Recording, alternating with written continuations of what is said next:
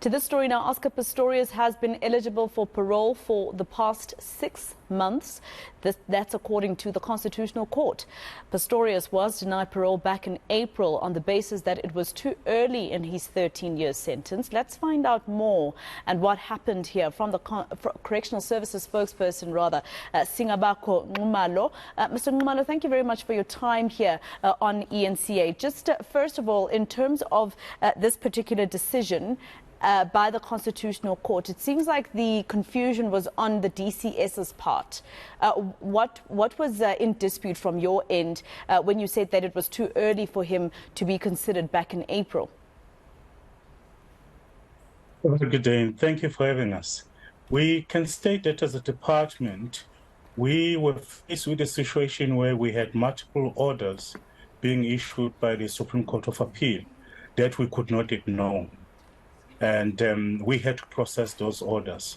And when inmate Oscar Pistorius then took the matter to the Constitutional Court, we also filed there, not opposing that application, but requesting that competent court in saying to them, can they assist in clarifying what needs to happen here? Because we're sitting with about 3 orders, all saying different things in terms of when we should start calculating the sentence date.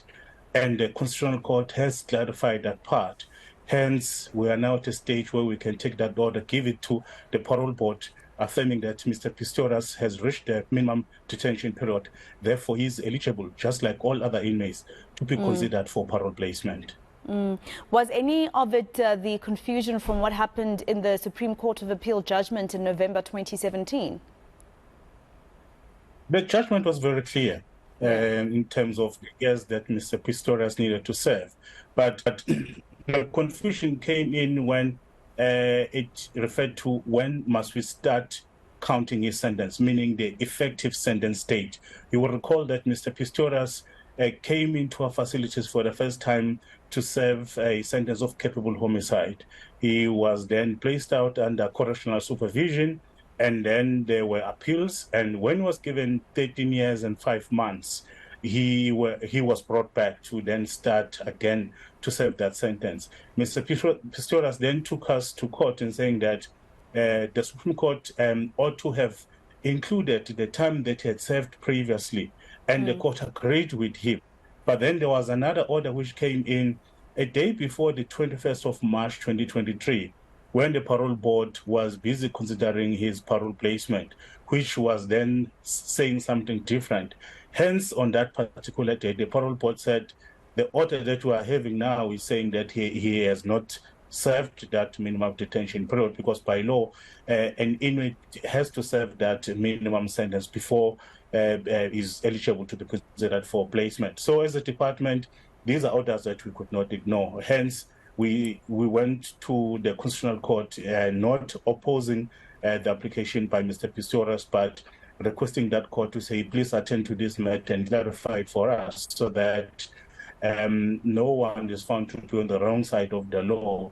And as a department, we are obligated to implement court orders.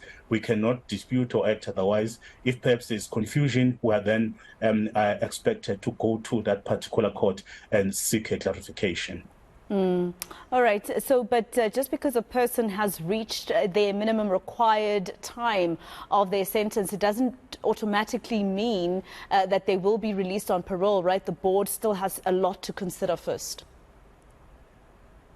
Yes. Hence, the wording there, even in the Act, is very clear. It says all inmates are eligible to be considered for parole placement upon serving the minimum detention period.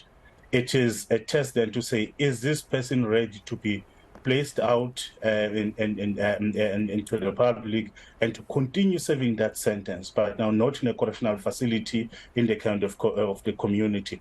What is the level of the risk? And will this person reoffend? There's quite a number of things that they look at. Hence, you will find that other people who have served the minimum detention period are not placed out, some are placed out. So the parole board is tasked with that particular responsibility, where we submit a profile of an inmate, they consider everything contained in that profile, and then they make a decision.